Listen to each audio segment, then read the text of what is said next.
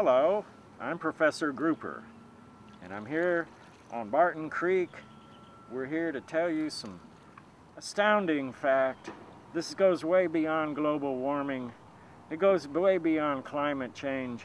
We're going to talk about the atmosphere collapsing from the top down rapidly because of massive overfishing. Us groupers, we don't move a whole lot, and we have a lot of time to think, and we live 500 years, and I've been thinking about this, and I'm here to tell you about the deep, cold, dark vacuum of outer space coming down every day, descending maybe 30 or 40 feet every day as the atmosphere collapses. And a little background first. Long about 3.5 billion years ago, a huge comet of ice slammed into the Earth and punched out the moon, the core of the Earth. This removed most of the radioactivity, a lot of the heat. It gave our little planet a wobble so that we could have seasons. The moon is like pure metallic, radioactive, 15% uranium, and we need to leave it alone, leave her alone. This ice comet probably had life in it. Little tiny plant life, microscopic, unicellular, photosynthetic, and then the continents were moving, and here on top of the Earth is a 2,000-foot bowl of cold, almost freezing water. It's called the Arctic Ocean, and it only has two ways to come out of the Arctic Ocean, and that's around Greenland, which is a lot of cold water, and it makes the Atlantic real cold. And the Pacific plate's moving 2 inches north, and it lined up the continents to make this bowl.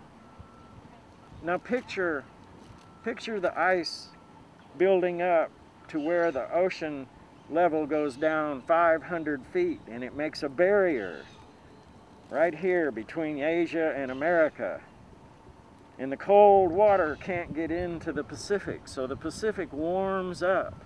And all it takes is 2 or 3 degrees of warming off the Pacific. The warmer weather starts the ice back melting. The sea level goes back up, and finally the cold water starts spilling out into the Pacific, cooling it off. This is the glaciation cycle. It's just a matter of the arrangement of the continents and this cold bowl of water spilling into the Pacific to kick off, cool the Pacific, and cause colder weather patterns, and then it builds another glacial cycle.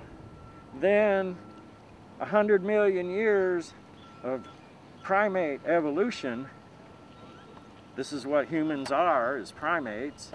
And then the last 7 million years, y'all were tropical fruit-eating beach monkeys. You lost your fur in the oceans. You started developing webs between your fingers and your toes. This is part of 7 million years of tropical fruit-eating beach monkeys. Started standing up on the beaches. And then finally, 100,000 years ago, the women decided they got tired of losing little ones to the sharks. So the humanity moved away from the tropical beaches up the river to do gardening, peaceful gardening, for 100,000 years of peaceful matriarchal gardening. The evidence for this is in what y'all did with the rose family. Made pears and peaches, plums and apples out of the rose family. That took 100,000 years of peaceful gardening. And now that's a little background. And now let's get into the real problem at hand, and that is the atmosphere collapsing. Now 70% of the oxygen that you're breathing right now came from the top 3 feet of the oceans. The rainforests are incredibly oxygen productive. The triple canopy, even though they're only 5% of the Earth's surface, they made 20% of the oxygen, and they took in 20% of the carbon. But 70% of the oxygen was made in the oceans. 33% by phytoplankton, 22% by blue-green algae, which they want us to call cyanobacteria, but I prefer blue-green algae. The other 15% of the 70% made in the oceans was other species of photosynthetic marine plant life, all of it microscopic, so that there's millions of plants in 1 liter of rich ocean water. This graph here goes back hundreds of millions of years, and 550 million years ago, us fish arose, and we're the excrement, the poo, the fish poop, whatever you want to call it. It's liquid and it's rich fertilizer for the plant life. And then after pooping and making oxygen and oxygen, finally the atmosphere became thick enough for plant life, an ozone layer to protect land plants finally came out and started making more oxygen, steady pushing on the atmosphere up and thicker. It was like a fine-tuned guitar, concert guitar, the atmosphere was. This year's oxygen production would push last year's oxygen production up, and next year's would push all of it up, and it took 16 years. It's called the elevator, the upper atmospheric gas transport function of oxygen production.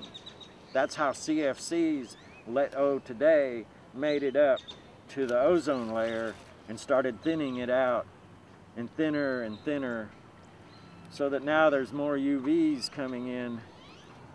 I'm Professor Grouper, and if you want to get a copy of this, you could mail. We're calling ourselves Vegan Hemp Bicycle for the solutions.